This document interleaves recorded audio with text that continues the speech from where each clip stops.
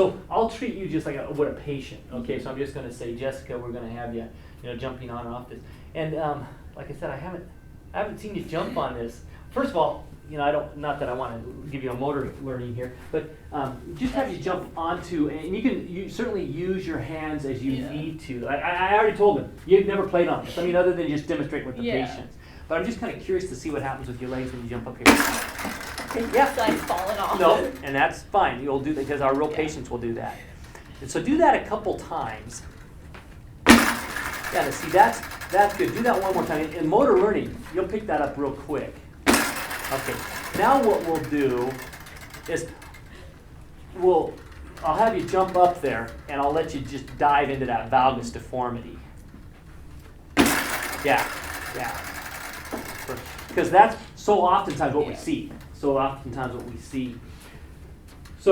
what I was going to do is I was going to have, I was going to say, Jessica, we've been working with you on some jumping activities. Now we want to step it up a little bit. I want you to jump onto, and is it going to be too close if she jumps off towards you? Will that be okay? That'll be fine. Okay, so I'll have you jump onto and off, and then I'll have you come back around. We won't have you jumping back, so he sees your back.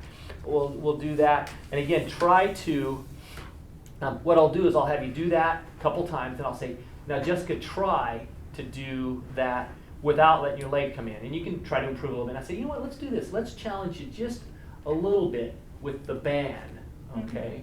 One of the exercises that I really like to use with our athletes, and specifically our female population, we started doing this several years ago when we had kind of a rash of soccer injuries, more specifically ACL injuries, and some of the research surrounding those injuries and the valgus deformities with our female athletes.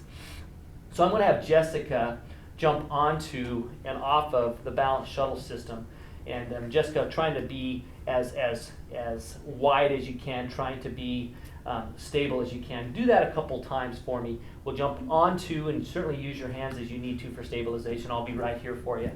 And then jump off for me. Okay? Good.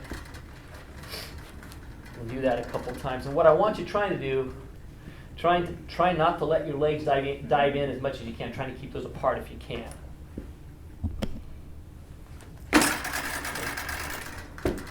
Good. Okay.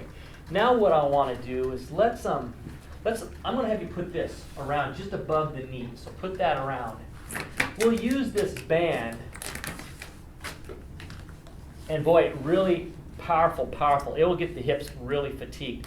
But what we found is some of our female athletes, as they would start to jump, the legs would come in, the bands would fall down.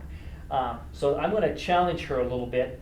Feel those hip abductors and external rotators work in there. So do you feel like you can jump up there okay, or is that band too tight?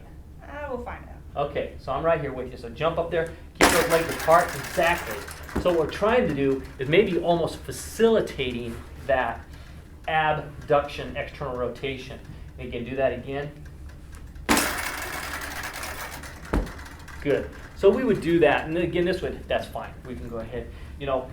I can have an athlete do that, and I can be working with another patient as they're doing that, and I'll have them do it for 5 minutes and then can rest. And as that task becomes easier, we'll take the band off and I'll videotape them again and make sure they're not letting the legs dive in. But then we start taking the restraints off and challenge them a little bit more.